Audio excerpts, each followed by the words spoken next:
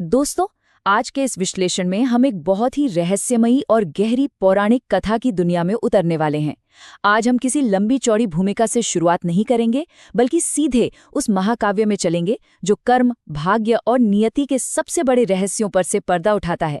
ये महज एक कहानी नहीं है, बल्कि जीवन के सबसे उलझे हुए सवालों में से एक का बिल्कुल सीधा जवाब है।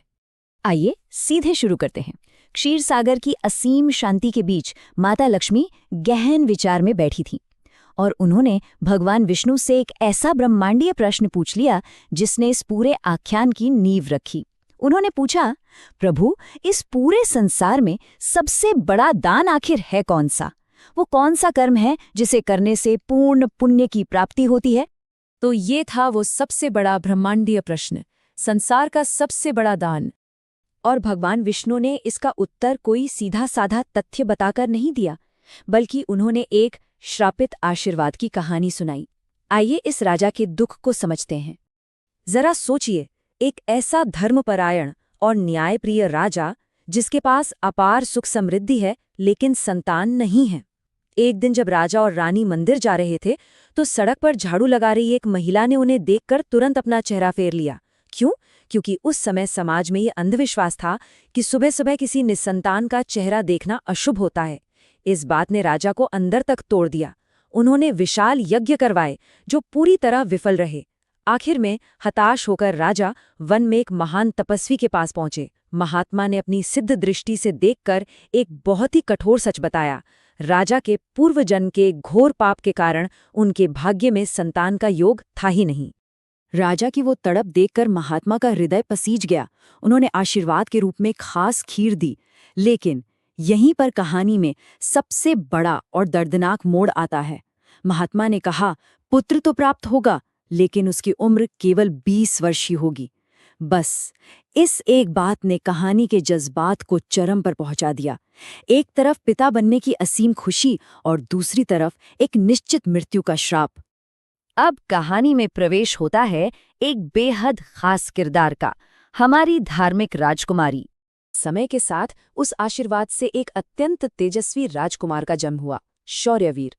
जब राजकुमार बड़ा हुआ तो उसका विवाह एक बहुत ही संस्कारी और दयालु राजकुमारी से हुआ। अब इस राजकुमारी की एक बहुत ही कमाल की बात थी। बचपन से ही दान और सेवा का उसका एक अटूट नियम था।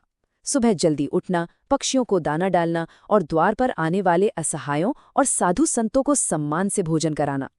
और सबसे बड़ी बात, जब तक वो दूसरों का पेट नहीं भर देती, वो खुद अन्न का एक दाना भी ग्रहण नहीं करती थी। विवाह के बाद भी उसने अपना ये पवित्र नियम कभी नहीं टूटने दिया। लेकिन बाहर भले ही सब कुछ सामान्य लग रहा हो, वो टिक टिक करती घड़ी मौत का समय करीब ला रही थी। राजमहल के अंदर एक अनकहा डर गहरा रहा था। महात्मा की वो डरावनी भविष्यवाणी राजा और रानी के दिमाग में किसी टाइम बॉम्ब की तरह गूंज रही थी। जन्म से लेकर 15 साल की उम्र में उस धार्मिक राजकुमारी से विवाह तक सब कुछ बहुत मंगलमय था। लेकिन वो 20वें वर्ष का मनहूस दिन अब बिल्कुल करीब आ चुका था। राजा और रानी ने ये रहस्य किसी को नहीं बताया था, पर ये बात उन्हें अंदर ही अंदर खा रही थी। सिर्फ 3 दिन। राजकुमार के 20वें जन्मदिन यानी उसकी मौत के दिन में अब केवल 3 दिन बचे थे। इस खौफनाक सच्चाई के बोझ तले राजा और रानी ने अन्न जल त्याग दिया और गंभीर रूप से बीमार पड़ गए। लेकिन यहाँ नियति का एक समानांतर खेल चल रहा था। बिल्कुल इसी समय किसी दूसरे नगर में एक गरीब ब्राह्मण की गर्भवती बेटी, जिसे उसके दुष्ट पति ने पीट कर निकाल दिया था, भूख से तड़प रही थी। पूरे 3 दिन बीत चुके थे और उस स्त्री ने अन्न का एक दाना भी नहीं खाया था। यहीं से हमें समझ में आती है भोजन की असली शक्ति और ये कैसे हमारे कर्म और नियति को तय करती है।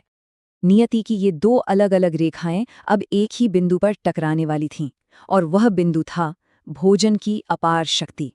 यहाँ अन्नदान के वास्तविक अर्थ को समझना बहुत जरूरी है। हिंदू दर्शन में किसी भूखे को खाना खिलाना सिर्फ एक सामाजिक कार्य नहीं है, बल्कि सबसे पवित्र कर्म माना गया है। और यही वो दार्शनिक आधार है जो आगे जाकर सब कुछ पलटने वाला है। ये दृश्य बिल्कुल आमने सामने की टक्कर है। एक तरफ है नियति, यमदूत और धर्मराज की माया से प्रेरित एक सांड बगीचे में राजकुमार को मारने के लिए बिल्कुल तैयार खड़े हैं। और दूसरी तरफ है आजाद इच्छा यानी फ्री विल, महल के अंदर बीमार सास ससुर की वजह से राजकुमारी उस दिन गरीबों को भोजन नहीं करा पाई थी। लेकिन जैसे ही वो वृद्ध ब्राह्मण अपनी बेटी के लिए भिक्षा मांगने पहुंचा, राजकुमारी ने बिना एक पल सोचे वो पूरी की पूरी थाली जो उसने अपने पति के लिए सजाई थी उस ब्राह्मण को दे दी। और बस इसी एक पल ने पूरी की पूरी नियति को फिर से लिख दिया। ब्राह्मण दौड़कर अपने घर पहुंचा और वो स्वादिष्ट भोजन अपनी भूख से तड़पती हुई बेटी को खिलाया। जैसे ही उस स्त्री ने पहला निवाला खाया, उसकी आत्मा पूरी तरह तृप्त हो गई और उस तृप्त आत्मा की गहराइयों से एक बेहद शक्तिशाली आशीर्वाद निकला। जिसने भी मेरे पिता को ये भोजन दिया है, उसके पति को दीर्घायु प्राप्त हो। दोस्तों, उस सच्चे आशीर्वाद की ऊर्जा इतनी जबरदस्त थी कि उसने साक्षात रूप ले लिया। बगीचे में जहां सांड सींग मारने ही वाला था, अचानक देवदूत प्रकट हो गए। उन्होंने झट से उस सांड को वहीं जमा दिया और यमदूतों का रास्ता पूरी तरह रोक दिया। जब स्वयं यमराज वहां राजकुमार के प्राण लेने पहुंचे, तो देवदूतों ने उनके सामने एक ऐसा तर्क रखा जिसने विधाता के नियमों को भी चुनौती ने दी। उन्होंने पूछा, यदि पिछले जन्म का एक श्राप किसी का भाग्य तय कर सकता है, तो एक भूखे की आत्मा से निकला सच्चा आशीर्वाद उस भाग्य को पलट क्यों नहीं सकता? क्या कमाल का तर्क है ना? यमराज को भी इस अकाट्य तर्क के सामने झुकना पड़ा।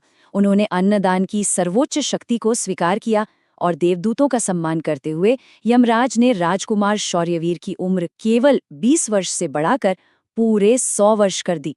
मौत पर जिंदगी की क्या शानदार और चमत्कारिक जीत थी। इस पूरी महाकाव्य कथा के माध्यम से भगवान विष्णु ने माता लक्ष्मी के प्रश्न का जो अंतिम उत्तर दिया वो बिल्कुल स्पष्ट है।